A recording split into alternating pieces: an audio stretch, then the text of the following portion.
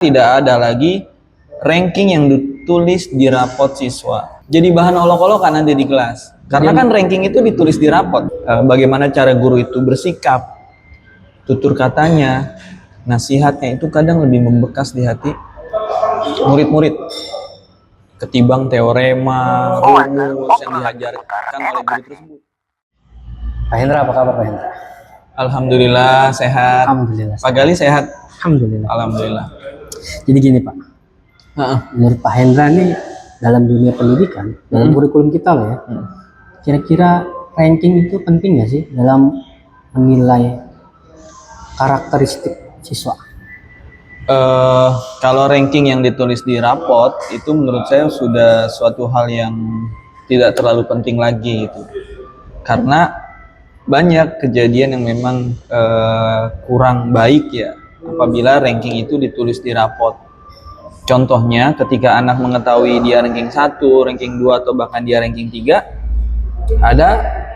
terkadang ada siswa yang memang dijadikan untuk sombong, bangga-bangga diri. Kemudian juga melihat temannya yang ranking bawah nih, yang misalkan dari 20 siswa dia ranking 20 gitu. Jadi bahan olok-olokan nanti di kelas. Karena kan ranking itu ditulis di rapot. Dia merendahkan lah. Iya, dulu waktu zaman kita sekolah kan seperti itu kan, peringkat itu ya. 5 misalnya, peringkat 10 tertera gitu di rapot. Nah, alhamdulillah kebijakan di kurikulum kita juga alhamdulillah udah sadar nih, udah melek menghapus ranking itu, Pak. Jadi ranking itu udah, saya lupa di tahun berapa itu kebijakan di kurikulum berapa, itu dihapuskan. Dihapuskan, tidak ada lagi ranking yang ditulis di rapot siswa. Jadi sehingga siswa tuh dengan hal demikian mudah-mudahan tidak ada lagi kasus-kasus seperti itu gitu, harapannya mungkin ya. Namun untuk mengakomodir misalkan beasiswa ke perusahaan atau ke pabrik, itu bisa minta surat keterangan kan ke sekolah gitu. Oh, jadi alat ukur untuk mendapatkan satuan beasiswa atau tolak ukur anak ini kira-kira mencapai nggak sih dalam penilaian akademik itu? Betul, bisa mengajukan ke bagian tata usaha untuk mengajukan ingin beasiswa di perusahaan nih gitu. Jadi dia tidak dimunculkan di dalam rapot, namun orang tua bisa ranking itu tetap ada gitu. Betul, ya. Betul. Orang tua bisa ke sekolah, ke bagian tata usaha untuk minta surat keterangan itu. Minta, anak saya sebenarnya peringkat berapa sih di kelas? Baik. Saya mau minta surat keterangan itu untuk ke pengajuan ke pabrik ayahnya atau di perusahaan mana, itu diperbolehkan dalam hal itu. Jadi win-win solution. Karena dilihat apakah siswa ini berprestasi secara akademik atau tidak ya. Biasanya beasiswa kan betul. Ya secara administrasi lah ya. Iya, jadi menurut saya udah nggak penting lagi Pak. Nggak relevan lah ya. Iya, ranking dicantumkan di rapot. Baik. Terus kedua nih Pak, saya mungkin bisa gantian balik tanya ke Pak Gali. Sebenarnya kalau menurut Pak Gali itu hal yang terpenting untuk siswa pelajari di sekolah itu apa maksudnya? Ilmu pelajaran kah atau memang tutur kata dari seorang guru, nasihat dari seorang guru, mana sih itu yang lebih penting Pak? Coba. Kalau bicara penting nggak penting, kita harus punya prioritas ya. Yang pasti akademik iya penting, di satu sisi penting. Tapi jangan lupa, kita itu bukan akademik aja yang ditinjau atau yang dituju. Akhlak juga dituju. Ada tujuannya akhlak. Salah satu pendidikan moral. Moral. Salah satu amanat undang-undang dasar itu adalah mencerdaskan bangsa. Berarti kan salah satu faktor indikatornya adalah mencerdaskan bangsa, berarti akademiknya bagus, pintar, cerdas. Yang kedua, membangun akhlak yang mulia. Iya. Berarti kan di sini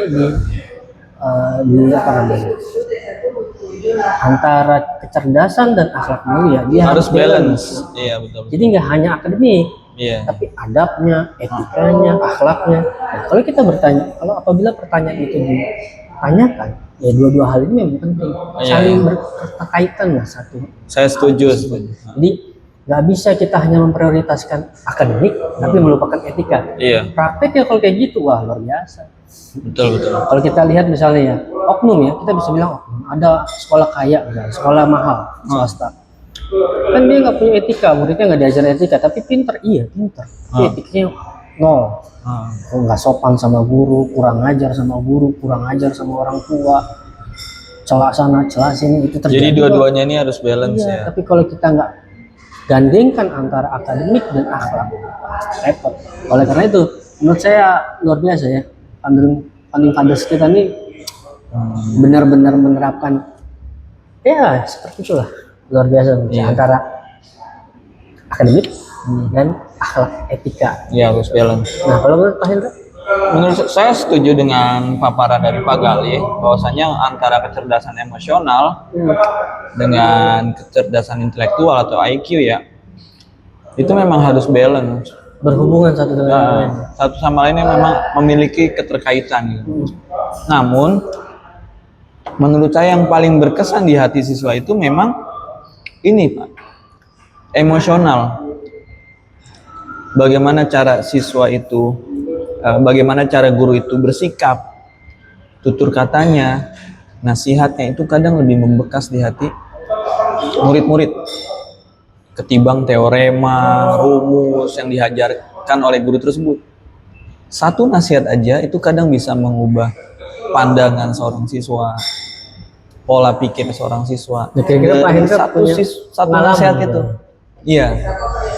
Alhamdulillah saya Bisa ada, diceritain ke Sohib Oase. iya, Sohib Oase. Alhamdulillah ada pengalaman saya dulu waktu sekolah di SMA. Saya punya guru di sana memberikan sebuah nasihat pada saya karena melihat ya mungkin tanda kutip sedikit bader ya atau nakal ketika sekolah. Random lah ya. Random. Beliau memberikan nasihat kepada saya untuk hadir di sebuah majelis ilmu. Ya, yang alhamdulillah sekarang Mengubah arah hidup ya. iya, nasihat seperti itu saja membekas di hati saya. Kemudian saya penasaran dan akhirnya saya datang ke majelis ilmu tersebut. Sampai sekarang mengubah pola pikir saya, pandangan hidup saya, bahwasanya kita nih hidup buat ibadah loh gitu. Kita itu mempersiapkan bekal di dunia ini untuk mempertanggungjawabkan nanti di akhirat. Yang sebelumnya pandangan hidup saya adalah ya udah kita ini hidup, ya udah nikmatin aja terus. Muda foya-foya, Nanti masuk surga. iya. Tua kaya raya, mati masuk surga. Itu dulu pandangan itu. Nah, dari tutur kata seperti itu saja dari seorang guru itu bisa mengubah pola pikir seorang murid. Jadi kalau menurut saya hal itulah yang paling membekas di hati siswa. Jadi akhlak seorang guru pun Betul. bisa membekas terhadap siswa ya. Nasihat-nasihatnya gitu ya. Dakwah bil hal. Ada yang membekasnya baik, ada yang membekasnya buruk. Tentu itu yang akan terus diingat. Ada kejadian-kejadian yang kurang mengenakan oleh siswa, perkataan dari seorang guru yang kurang mengenakan kepada siswa itu akan terus diingat oleh seorang murid itu. Betul. Iya. Ada perkataan yang baik dari seorang guru kepada siswa, itu juga yang akan terus diingat oleh siswa itu sampai nanti dia gede, sampai dia nanti besar. Dulu nih guru saya pernah ngomong gini nih. Nah, omongan itu kan punya dua tafsir, antara omongan itu memang membekas baik di hatinya atau membekas buruk di hatinya gitu. Jadi pesan dari kami ini untuk Sohib Oase, apabila ada di antara Sohib Oase seorang Tenaga pendidik berprofesi sebagai tenaga pendidik, pinter-pinterlah pilih-pilih kata dalam menasihati siswa, bertutur kata, kemudian bersikap, yang kemudian hal itu akan mengubah siswa itu, siswa melihat itu bukan pelajaran yang oke, pelajaran itu penting, cuma itu bukan yang terpenting banget yang akan selalu diingat oleh seorang siswa itu. Oh, ini gurunya killer banget ya gitu kan, selalu terngiang-ngiang, ini guru yang baik banget ketika di kelas. Paling itu Pak dari saya Pak. Masya Allah. Berarti Sohib Oase kita bisa ambil kesimpulan bahwa tutur kata yang lemah lembut dari seorang tenaga pendidik itu penting. Jadi sebagai tenaga pendidik kita tuh harus memberikan contoh attitude yang baik. Betul. Bukan malah memberikan contoh perangai yang buruk, melebeli siswa misalnya, membuli nama siswa. Iya, membuli nama siswa itu terjadi loh Pak. Dengan alasan bercanda. Nggak bisa, ini nggak bisa dengan alasan bullying itu udah alibi bercanda nggak bisa. Apalagi hukuman fisik itu nggak boleh sama sekali. Gitu. Jadi penting tenaga pendidik juga mempelajari kembali etika, adab, akhlak, sehingga amanat Undang-Undang Dasar 1945 itu bisa terjalankan secara baik dan benar dalam satuan pendidikan di Indonesia. Sip. Gitu kira-kira. Saya bahasa. Oke, saya bahasa. Sekian mungkin dari video kita ya Pak ya. Yes.